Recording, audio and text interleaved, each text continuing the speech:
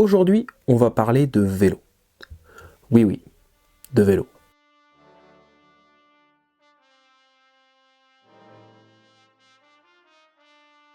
Au début du siècle dernier, l'ancêtre du gravel d'aujourd'hui se nommait le cyclomuletier. Les pionniers du voyage à vélo empruntaient des chemins de montagne, uniquement destinés au passage de personnes à pied ou de mules, d'où leur nom. Si on voulait de l'aventure, on était alors servi. Carte incomplète, chemin non viable, il fallait souvent porter le vélo, contourner des éboulis, franchir des torrents de montagne. Déjà tout un programme donc. Pourtant, à l'aube des années 1930, une poignée de cyclotouristes quelque peu énervés vont aller beaucoup plus loin. Les sentiers muletiers ne seront que la balade d'approche. L'objectif affiché est de franchir de grands cols de montagne, rouler sur les glaciers, traverser un massif entier. Bref, s'aventurer en haute montagne. Même en été, on parle de passages encore largement enneigés, de glaciers crevassés, pas forcément le type de terrain dédié au tour de roue.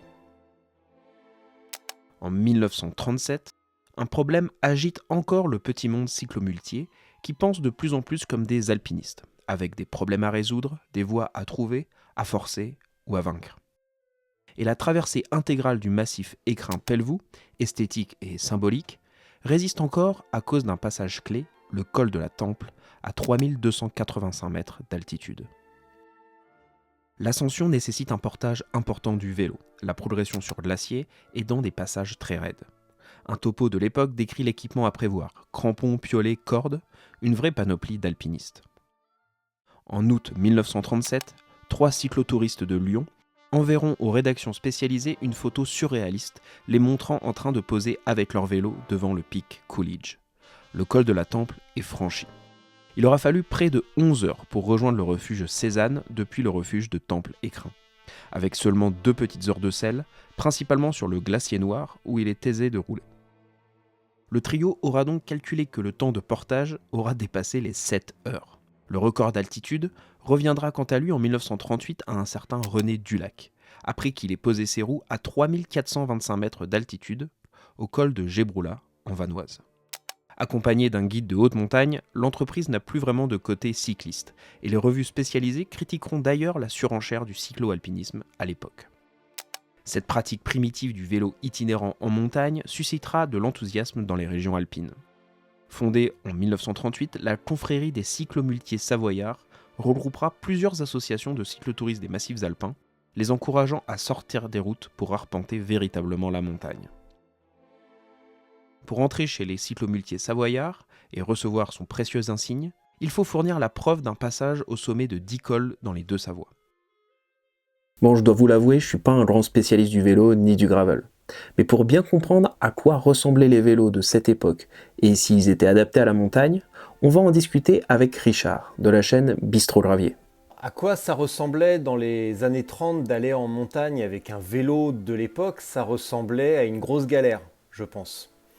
Ça ressemblait à un truc qui demandait beaucoup de courage, mais en même temps, on dit ça avec nos standards de 2025, donc avec le matériel que l'on connaît actuellement et même depuis plusieurs années, donc des vélos performants, légers, sécurisants.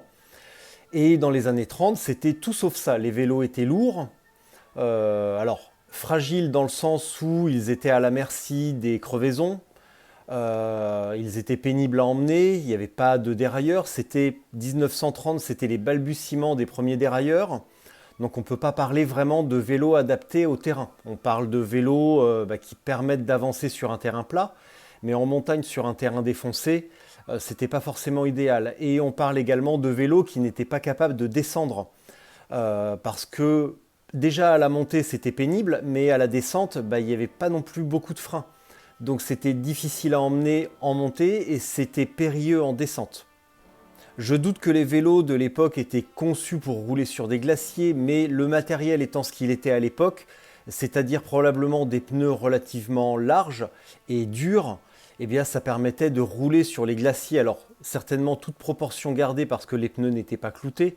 Donc je suppose que même si c'était, comme disent les alpinistes de l'époque, relativement agréable. Je ne sais pas dans quelle mesure il faut prendre ça. Est-ce que c'était agréable de vraiment rouler et avancer correctement sur un glacier, ou est-ce que c'était agréable et disons grisant de rouler sur un glacier et de se dire on est parti de la vallée, on est monté avec nos vélos plus ou moins comme on a pu en les poussant, en les tirant, en les mettant à l'épaule, en les transportant à dos de mule, d'où le nom col muletier, pour finalement aller rouler, chose improbable, sur un glacier, ça, je ne sais pas. Le fait d'aller en très haute montagne avec son vélo disparaît peu à peu avec le temps. On peut dire que ce fut une sorte de mode assez localisée dans la période de l'entre-deux-guerres mondiales.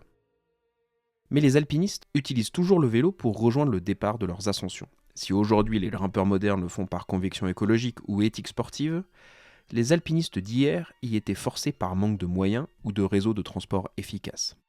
En 1931, la face nord du Cervin est vaincue pour la première fois, ouvrant la fameuse conquête des 3 grandes faces nord des Alpes. Cette première est l'œuvre de 2 frères munichois, Franz et Toni Schmidt. Ouvriers, ils font le voyage aller Munich-Zermatt, soit près de 500 km sur leur vélo, transportant la majorité de leur lourd matériel d'alpinisme.